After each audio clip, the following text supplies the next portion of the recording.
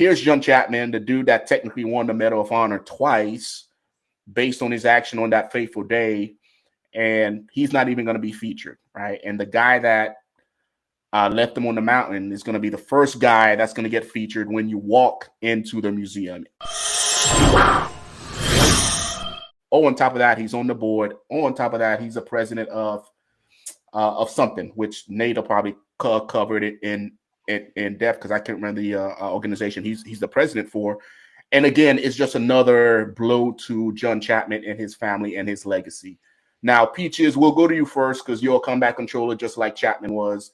If you can fill in whatever gaps I might have missed, please do so. And then we'll do Nate afterwards, and then we'll just kind of circle the wagon, and everybody can just kind of give us their take on this.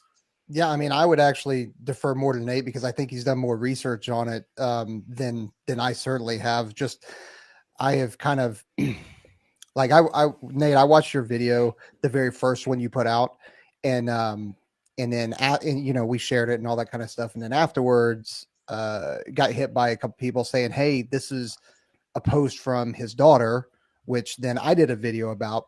Which, funny enough, I tried to take a little bit more maybe measured look at it because I can easily get fired up about it. And then I was like, okay, well, let me step back and kind of try it as calmly and objectively as I could look at this.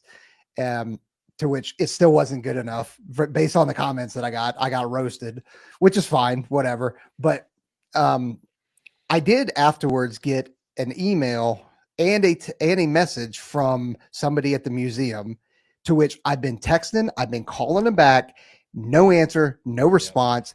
Seemingly Amber said that she wanted to talk about this, and I was like, well, fuck it, hey, let's talk about it. Did you get the same thing?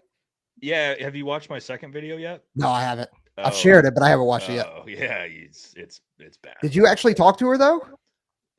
She emailed me personally, and then when I reached back out to her, I gave her 5 days to respond, and the museum never responded because I asked specifically if Slabinski will receive an exhibit. But you need to watch my second video, and I'll talk about it. But it's super fucked up, dude. It's way more fucked up than people think. I don't doubt it, and I do want to be clear. Like, I don't. Like, in terms of the actions that happened that day, like, people love to roast the SEALs about it, right? But I have always, from the dudes on the ground, I have always maintained the, like, look, dude, shit happens, and so that like a horrific situation. And so the part that I'm always critical about is not the actions on the objective. It was everything else that happened afterwards.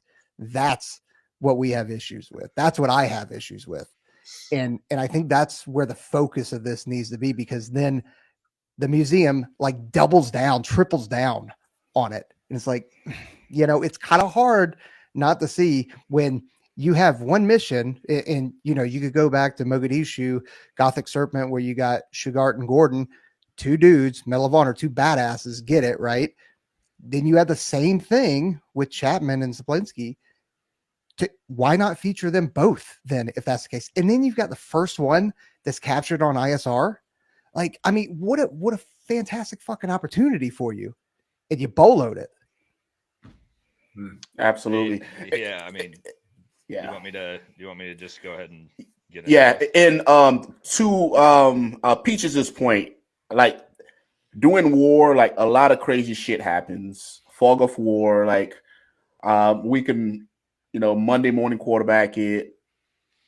I understand that aspect. I think we wouldn't be having this conversation if that specific community would have been like, yep, it is what it is. This dude deserves a fucking Medal of Honor.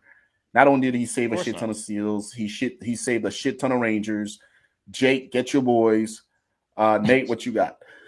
Well, again, and this is why, I've given Slabinski shit for his reason why he left him. Like, oh, I thought he was dead. That's not good enough for me when you have an AC 130 above your head. Like, you got some fucking time, let's be honest, right? But again, and look at MacV-Sog. You know how many fucking of those guys left behind? All the fucking time. It's part of war. That's not the problem.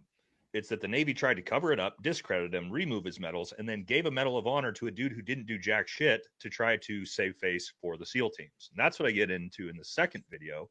And this isn't from me. I had all the eyewitnesses, people who recovered Chapman's body themselves, reach out, talk to me on the phone. So this is where I got the real backstory about Slabinski and what's happening at the museum. So for you, Peaches, that haven't seen my new video, yes, the museum also reached back out to me and they showed me what Chapman's exhibit is going to look like. And it's going to make you really fucking pissed when you see what they did to him. So he's not even going to get his own little area with like his picture with some ISR footage. The only place he's going to be featured is a timeline of events where it's like shows the American military history with like a few Medal of Honors here and there. I show it in my video.